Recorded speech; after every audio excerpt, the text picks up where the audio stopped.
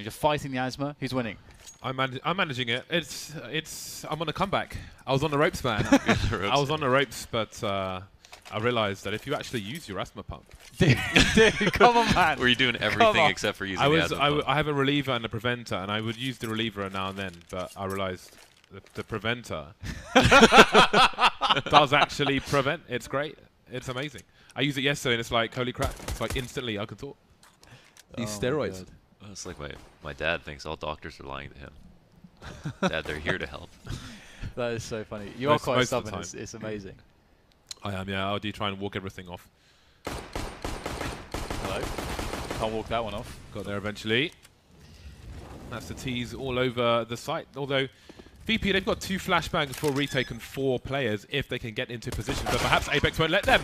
Moving forward, looking for more headshots. 12 bullets left and only requires a few to take Pasha down as well as Beali. 2 versus 4. Neo on the high ground with those 2 flashes, but one of them just disappeared. Only drop 1 grenade when you die. Snacks 2 headshots, trying to double peek. Slightly awkward for G2. If he had hit that bullet, it would have been one of those snacks rounds. Bet CT ult, bet CT. Oh, damn. God damn it. There's certain players where you really see it actually happening. Yeah. You know, Nico, you start to get scared. Snacks, definitely one of those. Oh yeah. Zipex. Zipex, you like, well, you see it happening. It's like, there's no worry. See it happen. It's just like this 1v3, yeah.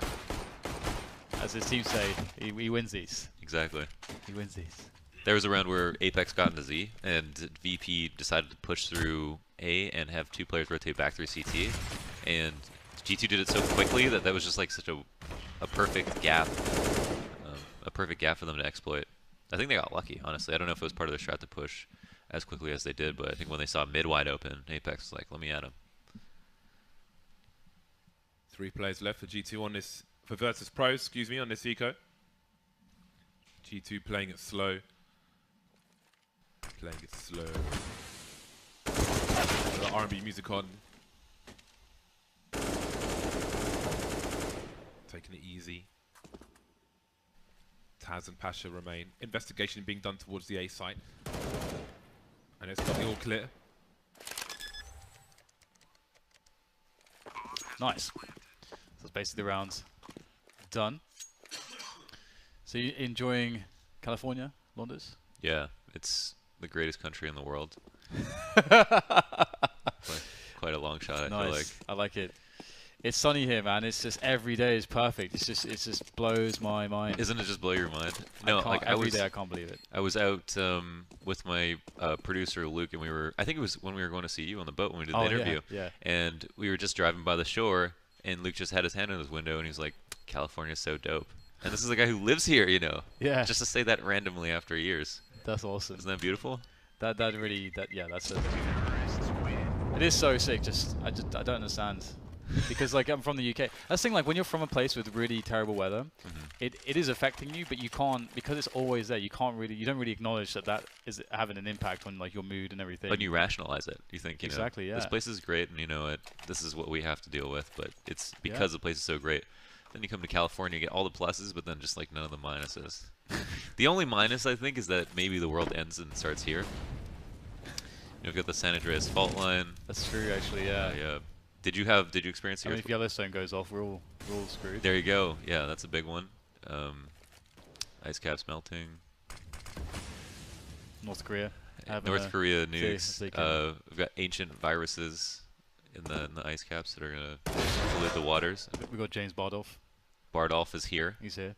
That's a sign if I've ever heard of one. Impending apocalypse. I think Nostradamus. There was a passage about that somewhere.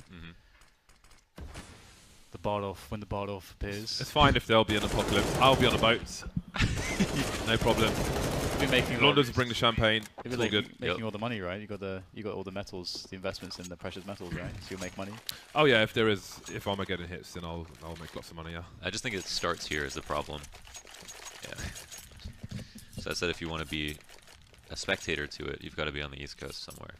There's actually something awesome I can add on to this, but it's a bit off topic, so we're going to get back into the game here. So we've got the buy rounds the first proper buy round between the two teams. Obviously, 3 Galils actually for G2, which I really like because obviously they wouldn't have had the utility for the round that they wanted had they gone for the AKs. Sometimes the firepower is not necessary, but the utility that provides the space and position and with good timing and coordination, that is necessary and more powerful, more potent, as is Apex shooting Snacks in the face. Dude. Snacks was in 2 minds. He was quite hesitant to go through that smoke. I think it was the smoke that actually hit him that made him. Oh, you think so? Yeah. Because he had no Kevlar, so I was wondering. So I think the smoke just had a weird interaction with his model. Stopped him a couple times, then he was like, "Oh, it's too late." Decided to fall off. But also that Molotov is very interesting too, because depending on how it flares out, the CT there can peek on the left side or on the right side of it and push through and actually get a good angle on B main. I feel like sometimes we need to like pause rounds or like go back to the start of a round to you know maybe pull out the mini map, stuff like that. Maybe we should do a show like that, where we actually just do stuff like that. Yeah, I was thinking, and this is a little bit off topic too, but I mean, to be fair, G2 they set this round up really well. I think about 20-30 seconds ago they sort of won the round. They got that pick onto Snags. They boosted out of events. They got a pick there. MBK was still by the door position, able to get information. Could have flanked. He decided to play passively, stuck around as G2 were just basically sitting, waiting for a response around B. Then no response. G2 played VP played passively. Then like, well, we have numbers advantage, utility advantage. Move in, kill everyone, and win. There we go. Yeah, they handled it. And I don't want to give away my ideas on a stream. That's not a smart idea, is it? No, that's something we talk about. It's never. It's a, but something no one you'll is always regret. No one is you launders though. Only you can execute your ideas as well. That is a huge part of the Never talk about ideas before. Right. Ever. Oh yeah, ever, that's a good way to not actually start anything, right? Just never. Yeah. As well as have someone beat you to the punch, as well potentially. That also hurts. But you're referring to there's something about the serotonin that you receive from telling somebody that you're going to do something. Yeah. There's been a lot of studies on that. Like it is, you're much less likely to do something if you actually tell people about it. There's psychological. Well, there's a lot of studies about that. I'm not that guy who I will always do. You are though. What I want to do. Me too. No, I just have too many ideas. I mean, I'm an ideas man. I'm full of ideas. ideas. That you said to me that you'll do, but you don't. Yeah, but I mean, we all do there's it. a lot of stuff I like, say. It's normal. There's a lot of stuff I do that I also do as well. Well, so like I just same have, for me. that's normal. I just have enormous amount of ideas. It's not possible for me to execute on every single one of them. Although some will be laziness, but like one of the classic examples here is like, I'm going to start eating, like I'm going to start eating or like losing weight, or I'm going to start going to the gym, or things like that. People buy into the idea of something, and through expressing it, they feel as though some part of them is actually completing that and creating that identity. That's a waste. People who do that are idiots. Honestly. I know. I think it's because you can't say they're idiots. That's completely normal behavior. No, they're that's idiots. the whole point of it. They're all idiots. That's normal behavior is idiocy. Yeah. I think it's because they find out when they tell somebody that and they see their reaction that this person believes they'll do it. Yeah. And once they know that someone believes they'll do it, that's all they really want. There's also like That's for the week. My point was that's not what I was getting to, because I thought it seemed like you thought I was getting to that, but it's just because you shouldn't share your ideas, because sometimes people will share them about other people, and then those people like see your ideas before you can. Maybe it wasn't time for you to do it, so just never share them ever. Right. That's what I'm saying. Yeah. So double off for VP as we steer back. Like we went off road there, back on the road. Scary spot for Taz, and it just gets hard cleared. Perfect Molotov. Snacks gets pushed off. They know where he is, and that he can only get so far. It's always interesting to see what a decision a player makes in that situation. Do they stay aggressive? Do they try to fall back to the usual spots? But safety seemed to make sense. Neo is also able to kill body, but that doesn't actually tell them much. Oh, this was beautiful. Yeah. MBK's push it, because so something about this round which is really interesting is that this round looked very similar to the round when they had the 2 AKs and 3 Galils and max utility, and then they opened the round up with a heavy presence and push towards B where they picked off Snacks that round. This opened in a similar fashion, but the way that they actually played it out in the mid rounds was actually different. There was less players towards B on that pressure, and MBK was so much more primed this round to actually go through the door, whereas the previous time MBK only stayed there listening. He never actually revealed his presence in that position. So, but this time he got 2 kills, catching a preemptive rotation, which didn't exist in the first instance of that pressure on the B side of the map. So, as a side note, I think we should start calling our door guy, the doorman, the butler. I think we should start calling him the butler. Yeah, he plays such an important role on the map, right, where he can really juggle rotations, and he's so close to the bomb plant zone, except you can't kill him. So being this constant looming threat means that your CTs can't rotate as freely as they need to. And G2 and MBK, you know, even though it's as scary as hell for him to open that door, if he picks the right round to do it, it's just a disaster for the CTs. So there he, as you mentioned, doesn't open it on one round, does on another. Same as like Palace on Mirage, where Taco would only come out like once or twice a half, but he's always there and you know it. And the key thing there as well is just like the element of conditioning too, like setting up an expectation for VP by making the round look like it's really heavy B, basically. And also because the previous time that the GT did that, it worked so well. VP are going to be much more afraid of them thinking, oh well, we will do this again because it was so strong. So it's a great spot for MBK. Can we see the scoreboard, please? Look at, there's 6 rounds. 4-3, 2-1-0 is the amount of kills on Virtus Pro. And it's not about the kills, it's about the money on G2. It's about what those kills imply. G2 have considering this is an eco as well, G2 have way too much money in this situation for Virtus Pro to mount any kind of recovery before G2 get to 10 rounds. Yeah, there's very big difference between a 6-0 where only 1 or 2 people die every round and a 6-0 where 4 players die. It's like a clutch every single time. G2 are not 1 away from a save, so even if VP win a round, they're going to have to do 2 or 3 just to force a save out of G2, and they haven't even proven that they can win a single one. Though we haven't only seen 2 rifle rounds in total so far, I think, in this half. And the first buy round for Virtus Pro was a very desperate buy round in the sense that they didn't really have much. They couldn't afford everything. Against Snacks was AWP, no Kevlar. Went down trying to make something happen around B. Pasha, AWP as well, but practically no grenades. And sometimes your AWPers are going to be integral to on a CT side to flashing for their teammates to allow them to peek. So it is important for your AWPer to have flashbangs, for example. Yeah, especially when G2 they're not only feigning pressure all the time, they're actually constantly threatening you on an individual basis, because Cache is so wide open, the choke points are so big that there's a mad room basically for G2 on any part of the map to make an individual play on a whim, right? Like NBK could open that door even if it wasn't the plan at the beginning of the round.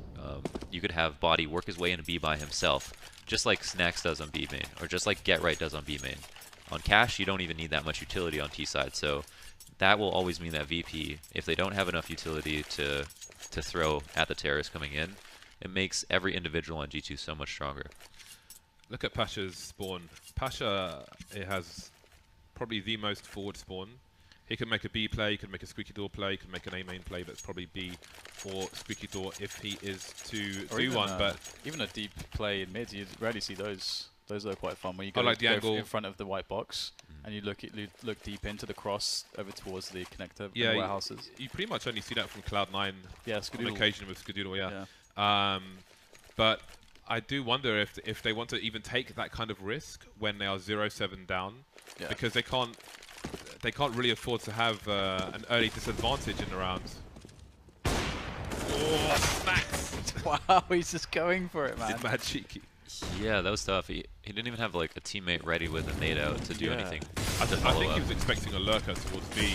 It looks pretty crazy for people at home, but often you'll just have one guy lurking towards B. So the timing didn't really work out for him there. But what's the disadvantage for a CT to be ready with a nade out? I think is the problem. Oh wow, this is a hilarious positioning. Nice from Apex. Whoa, Apex actually goes down there. The flash comes in and Apex is not looking the right spot. Taz gets the kill. Yeah, it did look like Snacks was not expecting another player to be there indeed, with the way he was standing. One and done. And this is where, you know, like a team like G2 can be very good. You know, these mid-round 3v3s, players like Shox start to have, like, you really get to see their game sense sort of like taking massive advantages over like lesser players, as it were. Yeah, he does such a good job of knowing, here, I can catch a rotation right here. Everyone go like around me to the other side. I'll hold everything in the middle, and I'll also have the best after plant spot. Yeah, if Body plays on the site, then Shoxy can hold Oh the my right-hand God. side, but Pasha... I think he saw him. Left. There we go, and that is the game given away now. Body's got lots to do, but look at the tagging on these players. All just one bullet away. Just the spot of bursting. A lot of time is running low as well, going for the full spray Body. He can still make it work with the Glock. That's the most bizarre thing, but no, it's not going to work out for him. The kits are on the Virtus Pro players at maximum loss bonus, so they'll get their first round on the board. But we need to look at the avalanche of money on the French side that's coming their way. They only survive with 2 plays Virtus Pro. Their loss bonus has disappeared now, so this might be a struggle for them. 16K on 3 players from G2, so they're blowing bags. 2 ops for Virtus Pro. I think it's a good setup when you're not figuring stuff out just to fall back on your aim. Losing the ops though, going 1 for 1 is not really acceptable. I think Virtus Pro are very fortunate to be able to win their round. And Snacks is going to be opping here, but G2 still have to respect it. They still got to throw all their utility out, and if they don't, well, he gets an opening kill. It's a great flash. Yeah, that's awesome. And he hears all the people burning as well. Good nades. It's very interesting how G2 decide to proceed here, because obviously the counter grenades from Snacks, as pointed out, have certainly caused quite the stir, and they can't really initiate the plan and take checkers as they wanted to. So that really is a great display of how powerful counter grenades can be. Yeah, and we look at the value. Snacks used 1 nade set. He's baited out players who, again, 3 of them had 16K. They all had full nade sets. Now they have less than half their utility in total. and first kill's bomb. Yeah, that's really nice. That's a good tell. Ooh, that's an important trade. But they have to know with that position there and seeing the bomb and A main that it's got to be an A player split. And they are rotating. They've completely abandoned the B site in this case too. So. But look at Apex. I think Apex is gonna go make some noise. There's still time for them to rotate. It would be a gamble though, but I mean, the longer they take, the more likely the CTs are to rotate back as well, because the CTs have to read that they've got time to rotate if they want to. They don't know that. They don't know that they've camped in the A main this entire time. But it's falling apart on the A site. Now the bomb is alone. Kenny with the AWP trying to trade. The Molotov will force people in different positions, but Kenny goes down, and that is another round for Virtus Pro. Again, surviving with 2 players, and there's still loads of money for G2. I think in a 4v4, it's a little bit easier to influence a rotation than 5v5, but you still can't throw like a crummy fake. So Apex right there, if he smoked B main, mollied out checker, there might not have been enough time to make it seem like he was going to commit to the side or that there was teammates behind him, but I think he has to commit himself then in that situation. Otherwise, a team like VP are not going to be stupid enough to rotate so easily. I wonder if there's a world where one guy does a double fake. Like, say there's 4 people outside B, but one person throws grenades, and then the 4th is pushing to make it look like it's a crap fake. I wonder if we'll get there one day.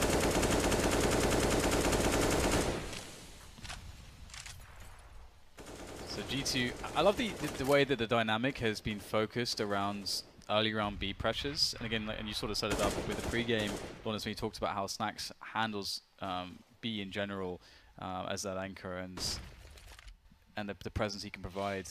Because, again, we've got G2 with that early B focus. Not going too aggressive. Snacks trying to get out of position there. Taking a huge amount of damage. G2 much... Oh, boy. Oh, that's all she wrote. Checkmate there for Snacks.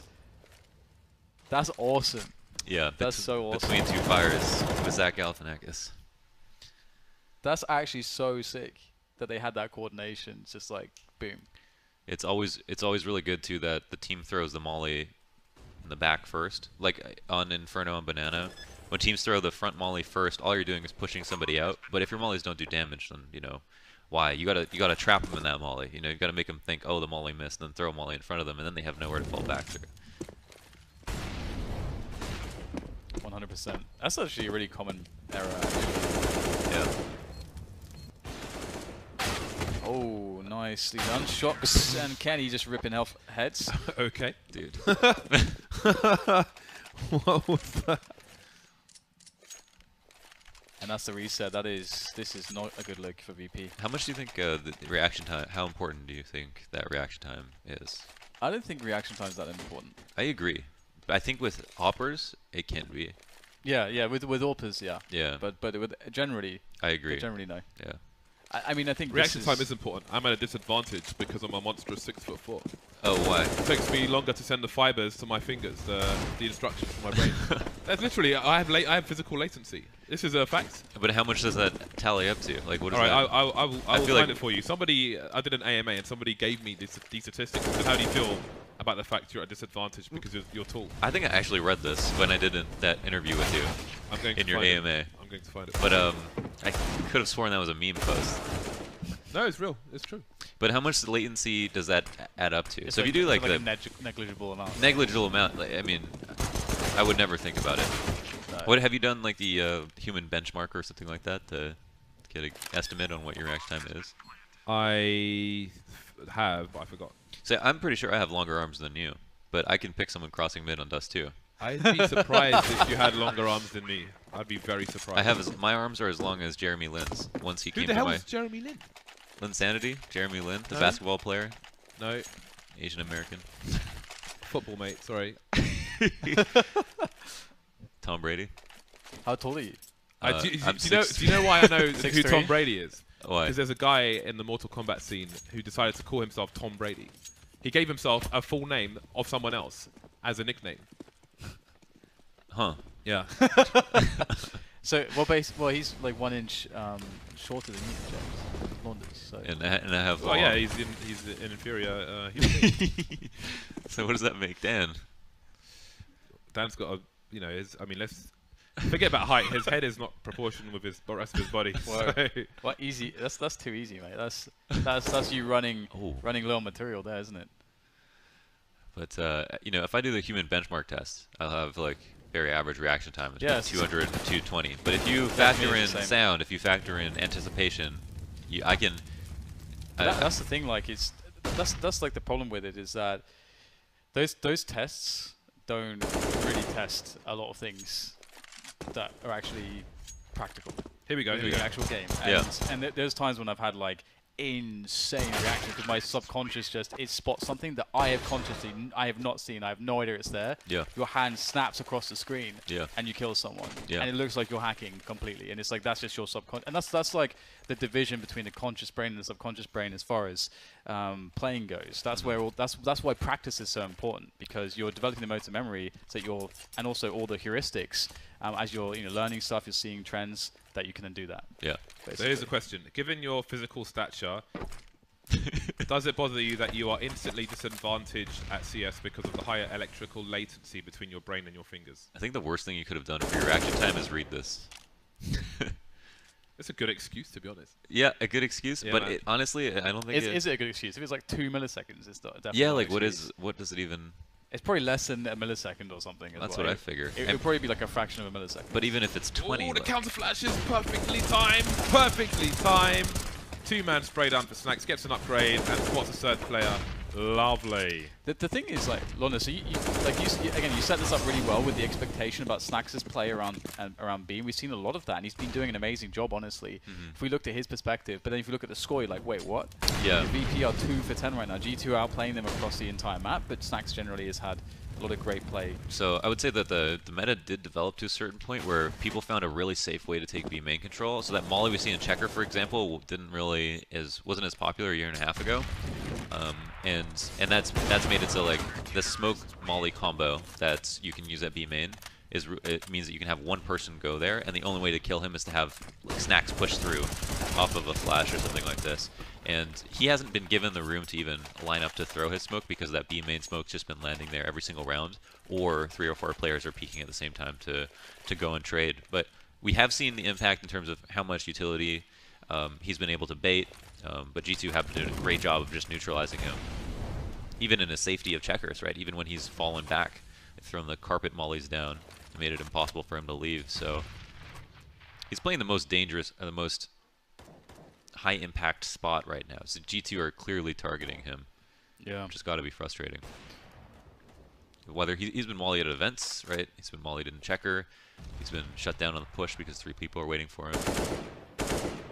Yeah, definitely must feel like it's him against the world at the moment. But he's still been doing a pretty good job, even despite that. Yeah. Although, again, you can't really argue with G2 being 10-3 at the moment. So with big mid presence from VP in this round, and they hear all the running arounds, and they are deciding to go for a proactive play. Haven't seen much of this, and Snax is the man to be boosted. He's going to give himself a frag too, so this is great. There's a minute left. This is kind of the timing when a T side would actually be developing their map control. So this is a very, very disruptive moment for that play to come in. He ran away from the boost and then walked straight back into the boost again. In the meantime, though, Taz gets absolutely bodied. He gave himself a blind spot because of the wooden panel there. Yeah, and he had his A1S, the inferior M4, sticking out. Yeah, so now we've got the CTs trying to get back into position for this retake. 2 players coming in from the T side, one taken down towards CT, but there's still one more. Kenny has picked up in the meantime, so now there's man advantage for the CT side once again. Body moving up from the headshot position. Shock's trying to do his best, but there isn't really a great position for the T's at all in this situation. Shock's getting taken down, leaving Body alone. He's got 9 HP, he needs some headshots. Both CTs moving together. It's going to make it really hard for him to get the 1 versus 1. And Neo will take him down. 4th round on the board for Virtus Pro.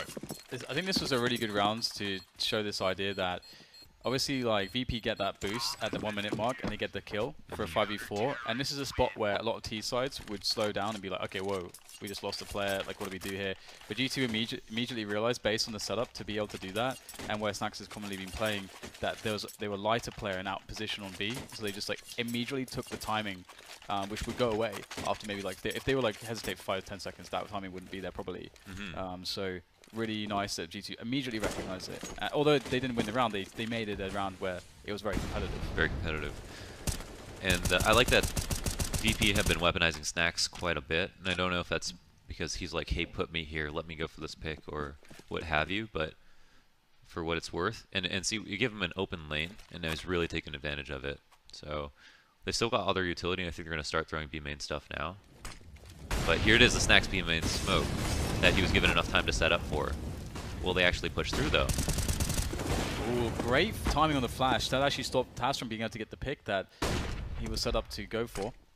Uh-oh. This is going to get scary for Taz. Yeah, Snax tried to flash for him, but he wasn't able to get into a good position, and Snax is going to get traded, and that is a lost B bomb site, maybe not realizing just how many players were there. Turns out to be 3, but there's no commitment from G2, not pushing into the site just yet. I think they baited Snax into feeling like he could set up for his smoke. So the problem with his smoke is he's got to set up from within the site. So the B main smoke's in front of him. It's hard to line up. And I think they waited long enough that they saw the smoke come out, and then they threw the Molotovs to make sure they couldn't take Sunroom, and then flashed in and traded out. It was beautiful. Even double peek Snax over the box to go for the 1-for-1. So, man, G2 are doing everything it takes to kill him, and it's working. That's super sick stuff. Yeah, I'm enjoying this storyline of Snax versus G2. Yeah. Because it is actually really cool. And I mean, G2, they're this team that it sort of doesn't matter sometimes if they just like their skill ceiling so high. If they are with 2 or 3 players just hitting their shots, it's going to be a tough game for you. It's an analyst nightmare. Yeah, it is sometimes with them. 2 versus 4. VP got to go for it. Last round of the half. 1 flash onto either player. Pasha is the one closer to making a play into the site, but with an AWP, how does he do that? Oh, he didn't see him again. Is that shot down there? Well, he's still alive. 3 versus 1 now. Not looking good. And BK will take him down. Shox has he has a video series on YouTube, and one of them is on Cash, and he talks about sitting in that corner in front of the ramp onto site as an off angle to play, where it wouldn't make instant sense for you to sit in that position because you can't retreat anywhere and so on. But it's like the CTs are almost never going to be looking for you there, or whoever your opponent is. So he advocates taking positions like that. Yeah, so normally you don't want to play a spot like that if you have low HP, or if you have like a teammate right behind you or something, but whoever's crossing checkers is never going to hard clear it. I think it comes with just the territory of like the fact that I guess the fact that it is a spot that if you're in it, you're most likely to go 1-for-1 means that it's less likely to be cleared. Like those two things come together, or go together, I should say. Well, this is not a good situation for VP. They'll get the bomb planted, which is great, but the thing is, even if they lose around, they're guaranteed that money. They can't really afford to be in a spot where they lose this pistol. They have another smoke on Pasha. If they re-smoke that smoke they've put down, it's going to be really hard for the CTs to retake the site. This is a monstrous smoke. More on buy rounds, but you start to see on pistol rounds as well. SK has tried to put that smoke down, but Pasha again, he's over towards main, trying to hold things down there. He has deployed a smoke. You see it's landing in that exact spot, but there's no one on the actual site, so didn't quite work out for Virtus Pro. You see it was a desperate attempt. Didn't quite land in the right place. So if they have that smoke on the site, then it's a lot harder for G2 to use the range of their pistols, and it does kill a lot of time as well. But it's harder to be effective with that on a pistol round than it is on a buy round post-plant. You've got to, you could write a book on the aggression meta on Cash, just because what's demanded of CTs is retakes all the time. But also, even in the post-plant situations on A, because A site is retakeable, that demands that your job isn't done as a terrorist until you get your 2 kills ahead, or 1 or 2 kills ahead with more map control. So you sit on the site, you start getting hard cleared, default's not safe, quad is obvious, forklift can be cleared from both sides, and all the T's are very trapped. And so, you know, even from there, their job isn't done. And we saw Virtus Pro try to time a flash at the exact moment that G2 decided they were going to go for the retake, as opposed for a moment too soon, where Virtus Pro were just going to be, or G2 were still going to be hiding behind cover, waiting for witness. A very good point. When will you be releasing this book? This book? I forgot to not talk about my ideas. Don't do it. Don't do it. Shoot. How do you think Kenny S has fast reactions, James? It's in the. Do I think he has? Yes. How tall are you, Dan? How tall is Kenny S, James? I'm How pretty tall sure are he's you? about as tall as you. How tall and are he's you? probably the fastest stopper in the world. He's not anywhere near as tall as me. How tall are you? He's really tall. He's like 6 foot. He's not 6'4". He's way taller than me, and I'm 5'11". Hold on. Wait. I know some tall people with that. 5'11" and 3/4. I can't round up. Daniel I'm too honest. I'm Kapadia. too honest to round up. Okay. Don't forget them 3/4. I can't say 6 foot. I'd be a lie. It's 11/3. And did you measure with a shaved close. head, or So close. did you measure with a shaved head and your shoes off, or? Yeah, shoes off. Anyway, super fast play from VP into B. Pretty straightforward stuff, actually. I just tried because Kenny S is definitely, he's got to be at least 6'3". Kenny S? He's got to be at least your height. He's actually very tall, yeah. He is super tall. He's tall, yeah. He's tall. He's not Bardolph tall. He's definitely, you probably would say Shaq's not Bardolph tall. He's not. He's Shaq tall. He's much taller. He's a man mountain. He's not even a mountain. He's just like a giant block of Shaq. I don't know. He is something Block else. of Shaq. Is that he chunks of death he is here? beyond tall. He is. He's not. Well, that's the thing. Like Shaq is just beyond all human. He's too much man. Considerations. It's insane. He's just. We're gonna measure our arms after this, because it shouldn't be height, right? It doesn't matter foot to head, right? It's about fingertip to head. Yeah. Yeah. I suppose. Yeah. Okay. We'll get this sorted. Oh, this is. I mean, it's basically what happens. We're gonna rush B. Oh, no one's there. Let's just keep going. Spray down. Spray them down. I'm just trying to dismantle this because you're trying to say this is a legitimate excuse, and it just so is not. That I just want. A 5'10" person has 2 milliseconds advantage on me. 2 milliseconds? Yeah, man. So That's what? still so negligible. So I'm disadvantaged. Yeah, but This is a fact. You should have. the thing is, like, by saying that this is a disadvantage, you also are ignoring that there are probably a lot of other ways to gain edges physiologically that people may or may not have. That's irrelevant. It still means I'm still It's just at the a only one that you're disadvantage. aware of, James. I'm still at a disadvantage, regardless of No, your but you- physiological. Shut up. The thing is, like, there are probably other. Maybe things there that you are. are But that's not. ignoring. That's So that doesn't mean you're at a That's disadvantage not or the an advantage. You discussion don't we're know. having. The discussion is a disadvantage is a disadvantage. Anyway, spy round, and the VP have already taken possession of the checkers area. They've got a player behind the box. That player is Snacks. They've got 3 players around the B bomb site, but the bomb is around A main at the moment, and there is a boost coming in. Barley looking for some players. That is a fantastic spray, and he'll be launched onto the roof in a trade. That was beautiful stuff. For the 3v2 as well, demanding the retake on the harder site. I don't know if anyone's going to peek out. Body takes some fire damage, but that's going to keep him out of vents. Bomb's planted for B main, but I don't think they're expecting a retake in the first place. This is a pretty good round. I think, did G2 come away with 13? How many rounds did they get in that half? 11 rounds and a half, okay. Wow, that's a big kill disparity. Yeah, on the T side as well. You would expect it more on a CT side, but it also depends on what you're trying to do. Body, better player than Scream. Much better. He's much more versatile, actually. I think he has worse reactions too. Is he taller though? That's a question. Actually, I don't know. That's a good question. I have to say, like, I apologize to the viewers. James, like, as a rational person, you are really triggering me. As a rational person, I'm so triggered by this discussion. I'm not sure how much everybody believes everything that's being said. I'm not sad that you're triggered, Dan.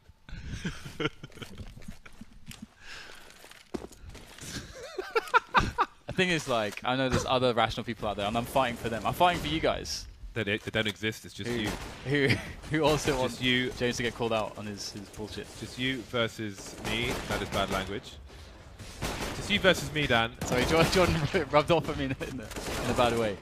Oh, that's not good. You should tell the police about that.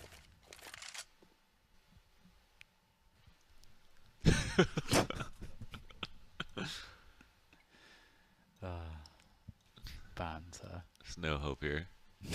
I mean, in this round in for G2. I think in the studio as well, hope is diminished. It was better when I couldn't talk, wasn't it? It was so much better. No, I don't. I disagree. I'm enjoying this as a third person on the couch. Well, VP definitely starting to make a comeback here. I mean, if it makes it any better, I have my own deterministic outlooks that I think maybe affect me. Coming from StarCraft, for example, having experience playing against Koreans in general, it's just such a world of difference in this players. It's just trying to figure out exactly where all those advantages come from. And knowing that a lot of it is hard work is one thing, but also wondering, you know, is it more than just hard work? Well, that's the thing. There's like people have predetermined. There's like predetermined factors in how good people will be. Like, for example, work ethic, right? Your work ethic is to some extent predetermined. Yeah, it is. Yeah. So for example, in Asian cultures, it's been proven that, you know, culturally they've been like cultivated to have just a very strong work ethic, more of a value on work ethic. Like in the Western societies, we definitely sort of we really like to be sensationalistic about like in the individual and like talent. We're obsessed with talent. We're obsessed with talent, yes. And they're like talent, like they don't really care that much about it. It's like how hard you work. That's where you get the respect. Yeah. Ironically, that's probably how they grinded out those good genetics. I'm taller than all of them as well. That's true. That's true. Average Korean is not very tall. I'm basically taller than Oriental Asians, like all the countries. Not Jeremy Lin, though. I'm big in Japan, literally. Who was that Chinese basketball player? Was it Lau Ming? Lau Ming? Did you just make that up? No. Yao Ming. Yao Ming? Yeah. Yao Ming. Okay, that's close. He was a.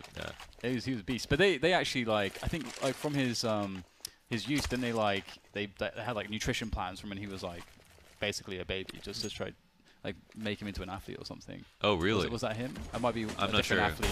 Anyway, back into the round. Of course, G2 3 rounds away from this victory, and VP starting the comeback trail. But can they blow up this buy round? Pop flash around the smoke. Got to be really careful about this, and that's exactly why Taz already in position. I mean, MBK was trying to be sneaky, but I think that's like you have to be hoping your opponent's just being complacent, basically. Like. Yeah, I agree. I think that's one of the more dangerous opening options for a CT on this map, and you see it go both ways. And look at how VP are just so happy to just spring the side after that kill. They set up the coordination. They know they've already dropped a man there. So, yeah. So that's a really big problem, especially when VP have this momentum that you give them a way in. And this is actually so. I want your take on this, Launches, because we're going to see a save now from G2. Sometimes I see this. I don't want to call it a mistake, but I see this decision made by teams where it's quite clear that the T side is having trouble with a consistent approach, whether it be map control or otherwise, to develop rounds and create opportunities. So that's that can be the problem. But then sometimes you see the CT side decide, even though everything's going great, they decide to play aggressively because maybe that's in their general routine to like throw an aggressive round in here or there. But then you see that's the round that gives the opportunities to the other team that's struggling to find them, and then they start winning the rounds based off of that. So I think from the outside, sometimes it can be hard to see. So I think that there's a case to be made both ways. But I think that from the outside, sometimes it's harder to see if a team wins a round doesn't necessarily mean they did the right thing, and a team might not feel like that they have a sustainable way to win rounds. Yeah. So they try something else. Even from the outside, it seems like, why are you trying something new when what you did just worked? Maybe they felt like they got hard read, but they had a big individual play that bailed them out earlier in the half that we don't remember. And for them, they see that as like, well, we've got to jump ship early, otherwise they're going to win the next round anyway. Yeah, that's what I feel like. But yeah, I thought about that too. So another way to look at that play from MBK as we have a timeout is, what do you think MBK is expecting? Like, what value is he expecting to get out of the smoke that is there and the flash? Like, what is the value that he's like best case? And best case. Depends on the height of the person he's playing against. Sorry? Depends on the height of the person he's playing against. Right, yeah, it depends how high up on the box they are.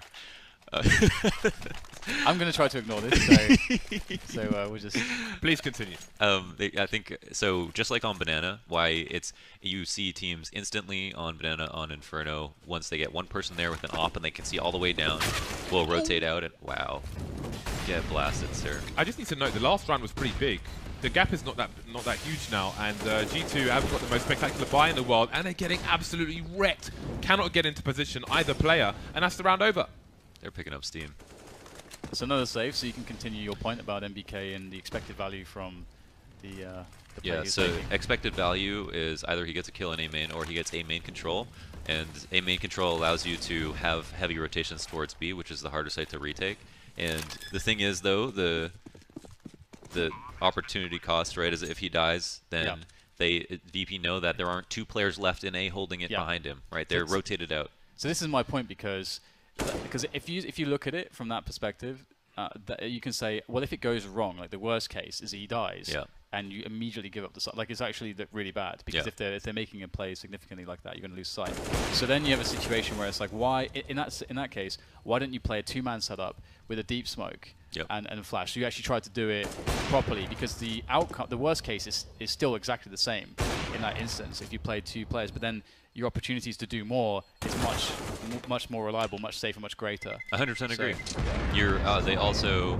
They had two people at A to use that, to do that. So if they safely, like if you watch, Sean Gare is a great person who takes A main control. Deep Molotov, in the finals in E-League. Yes, really well. Got 12-3 half. I believe that there is a shift in the meta on cash, and that teams are playing CT side a lot more aggressively, but that calls for more calculated aggression, right? Yes. So A main control very common because mid control is so easy for Ts. So I think A main control, B main control are things that CTs now find are more valuable, but that means that Ts have to be aware of that fact. But either way will be thinned out. So I think, you know, if they push in, they go 1-for-1 versus Taz, just like you're saying. They have A main control and a 4v4. So they still have A main control plus an equivalent, at least. Now, if they lose one person in A main, they don't get that trade. They don't have A main control, and they're down a man. They've lost the round, essentially. Yes, yeah. And if they don't push at all, they have a better chance of winning the round. This is a good chat. I agree. Yeah, I 100% agree. These are important topics. Oh. Ooh. Peace kid. Oh, and we've got Snacks making his way through, but the numbers game not working out for him. So G2K could steal around here.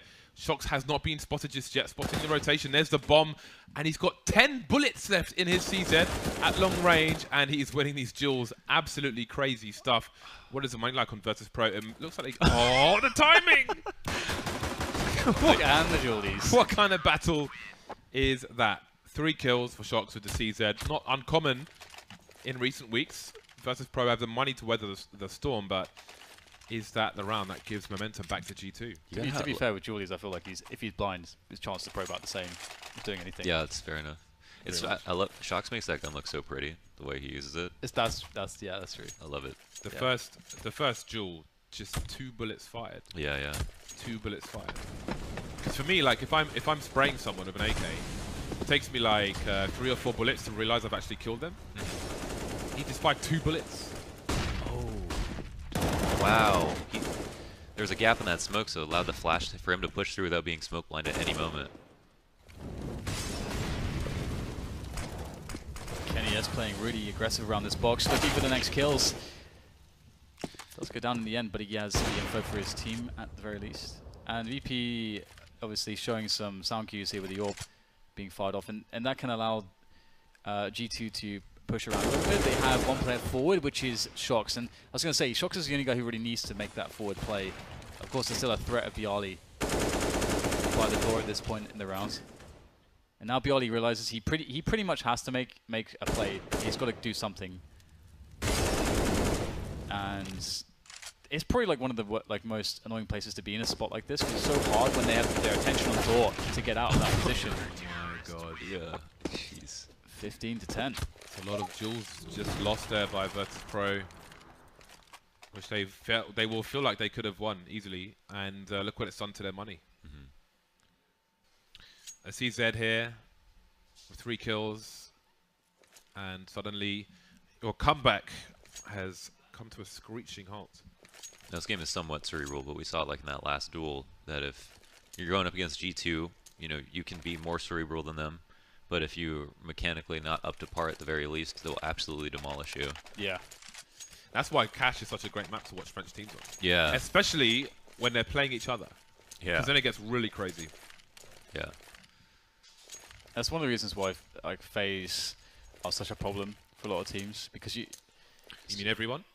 Sometimes you just can't win if you can't reach that like mechanical requirement. Like you just doesn't matter how good just decision making is. So yeah, I actually think that's heightened on Cash opposed to other maps.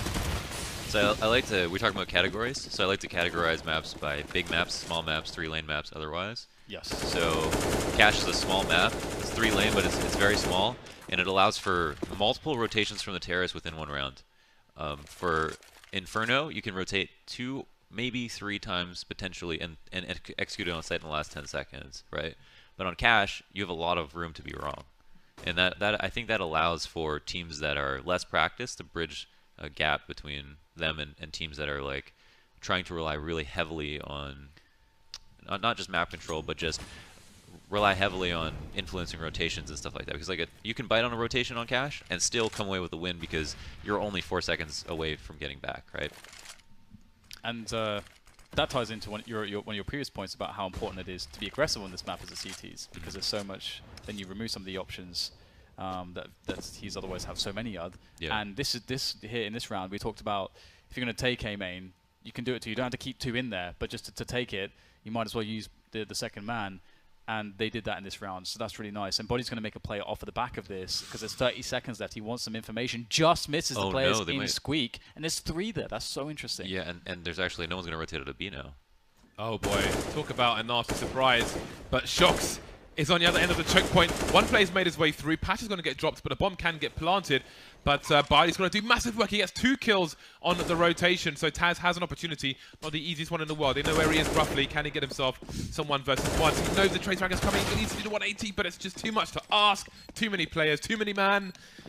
16 to 10 for G2. Shox played that well, like very well. Like he really waited for his teammate there. Didn't go too ham. Yeah, if he didn't make any presence at all, they would have just ran out. But because he was doing enough just to shoot on either side of the forklift.